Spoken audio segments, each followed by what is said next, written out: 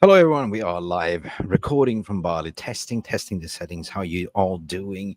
Did you miss me? Of course, I've been doing a live stream for a while, but please do me a favor, hit that like and subscribe.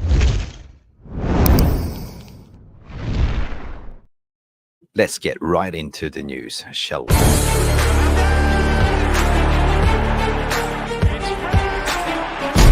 Has the Premier League ever been more challenging? Right, well, I feel welcome. Dit is mijn home and I want to achieve success. Okay? Okay, it's international break. Did we achieve success? The only success that I achieved was to stay away from the social media and all that jazz, if you know what I mean. Because there's nothing really to report, and we all seen it. We all got to call it out. As soon as there's international breaks, the media agenda against Manchester United comes out. Again, we've seen this script before. The knives are out sharpened. There's some rumors Ten Hag sacking. Tuchel is back in the ring. But just let's put that in the bud, because me personally, and as a responsible content creator, head of content on this channel, we don't really simply want to entertain these bullshit stories because we know it's not true. You know, even Omar Barada and everyone else come up with statements that Ten Hag is our guy and that's about it. I think it's more reactionary from the fan base. And again, the British media wants another manager sacked and appoint another man, and after 18 months create the same narrative story. So let's not talk about that one. But we're going to talk about Antony dos Santos potentially a loan move to Fernebache, and also Casemiro to Fernebache. What Fernebache is kind of doing at the moment is very smart. The Turkish window is still open this week. That means that they can acquire loan players. Now they've been smart. You know, they got Victor Osmimhen on a loan. They're potentially going to get a Antony dos Santos on a loan. And what is Antony dos Santos' future? He's not getting picked. He's not getting a minute at United. He was brought in under Ten Hag. He hasn't really been successful. And he doesn't really look happy at United at the moment either. He looks a little bit petulant off the pitch as well. But is there a role for him in this team? Potentially now when Ahmad is the preferred right winger, or it is also what we saw against Liverpool, that we shoot in Marcus Rashford where Garnacho's position is and shoehorned Garnacho into Ahmad's position, which is totally unfair and unbalanced in my opinion. So the honest truth, what I want to see is 100%. If Rashford is not performing, if Rashford is out of form, put Garnacho on the left and Ahmad Diallo on the right, and we do have a balance with Xerxes in the middle. But I think that still that is the fear of dropping the star boy, thinking if we start playing him, he might come into form. If he starts scoring again, he might be the old Rashford. But as we've seen it so far, it's not really clicking into gear for him as well. So I think it's time to bench him and put definitely, Ghana on the left instead. But regarding Antony dos Santos, we've been saying he might be able to play left back. Yeah, there might be a possibility, like, if there's left back slash left winger. But at the end of the day, like what Fernebache is doing right now, will they go in for a Casemiro with the loan? How are they going to cover the wages? The high earners' wages with Fernebache, wanting also Antony dos Santos. So this is kind of the latest news that's coming out at the moment. And we will see what happens. But I think that looking at Casemiro at the moment, I mean, will he get minutes now under Ten Hag? Now the Ngati is in there. He's not a number 6, and he's not definitely going to play as number 8, because that is Kobe Mainoo's role as well. So that's a tricky one. That's living between a rock and a hard place for me. It's a double-edged sword. I only want what's best for the team, but at the same time, I don't want us to be weak in the squad as well. So if you know what I mean. Now with Jadon Sanchez out of the door, we need wingers a little bit there. What if Ahmad gets injured? We need to recall Antony, X, Y, Z. So I don't know. It's like a Tuesday says. Sometimes good, sometimes maybe shit. Sometimes maybe good, sometimes maybe shit.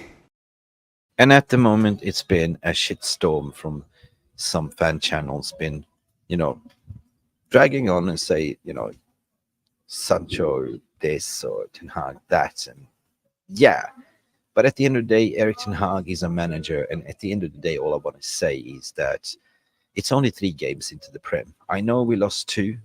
And lucky we got Liverpool early, but we were not really ready. Really, we were not ready. Liverpool is ready, right?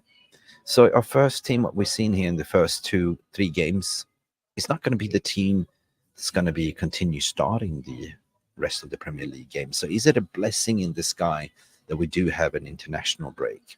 In my opinion, 100%, Habibi, 100%, because this gives us time to reflect and to recover, to get injured players in Rasmus Højlund into the squad again. You know, we see Lenny Yor is back again. Luke Shaw is back again. We might be strengthened, and you never know, right?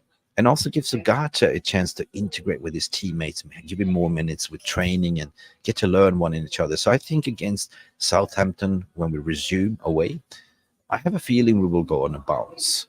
I feel that this was a little bit of a blip, but as soon as we click in, I think we're going to be dangerous. From a technical perspective, I see what we want to do, how we want to play out from the back, how we want to press. But so far, it's not really clicking 100%. The absence of Mason Mount might say that is a shambles, because Mason Mount, according to my opinion, is the instigator. He's the pressing machine. So it's really sad that he's out for another hamstring injuries. And you know, if you ever had hamstring injuries playing football, that is a strange one, because you feel like you can be back, you feel nothing is wrong, you start sprinting, and all of a sudden you do a hard stop and bang, there is again. So hamstring injuries are very, very difficult to heal. They can take up to 3 years. So let's just take it cautious by cautious and do squad rotation. And I'm just looking forward for the Premier League to start again. But speaking about having a blessing in disguise, like what I said, it couldn't come more perfect for United at the moment, in my opinion. You know, that gives us 2 weeks to reset, gives us 2 weeks as a fan base, as a consumers of the game, to think about it. But when there's no football, we see a lot of strange debates happening in forums, on Twitter, and, you know, the same old boring PTSD. All I want to say is just be positive, be yourself, forget football for a while, do something different, like, you know, and come back when we start again. You know, I, as a responsible YouTuber here on this channel, I think like this: if there's nothing to say, there's nothing to report, why do content? Better to do quality over quantity and not jump on every single headline what media is writing. So Ten Hag to be sacked is not going to happen unless we lose 10 games in a row. He will definitely be gone by Christmas. But for now, I back this team, I back this new structure. I mean, we are in a rebuild, 100% first time ever a proper rebuild. If you look at one summer, what they've done, it's insane. You know, you appointed all the backroom staff, the director of footballs, this new CEOs, and that also needs to start gelling and clicking. Same with this new team as well. 17 outs, 7 in, and 3 games in Premier League. Basically 1 win and 2 losses. But I believe that we were going to go on a winning bounce after the international break. Anyway, that's kind of the news, what we're hearing at the moment. Nothing else, nothing more. I haven't been live for a while, and since I'm in Bali traveling, so I just wanted to come in and say hello to you and to apologize. Not really to apologize, but rather to do quality when you have something to say than just jumping on each headline and be reactionary. Anyway, guys, stay beautiful. I see you soon. I'll be back to normal on Sunday, and we should definitely do a more live stream, longer, with Jarvis's Corner and everything else. Just came in to say I miss you, and hopefully you miss us back. But please do not forget to like and subscribe if you are new. And yeah. And simply don't go bonkers over everything that you read, and otherwise you go like mini-me.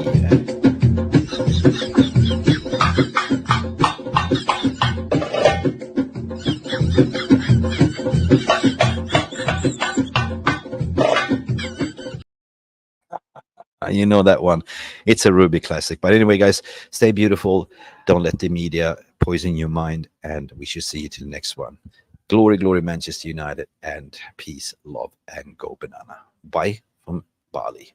Ciao. Thank you so much for stopping by and watching MUFC Realist TV. Don't forget to like and subscribe and follow us on the socials.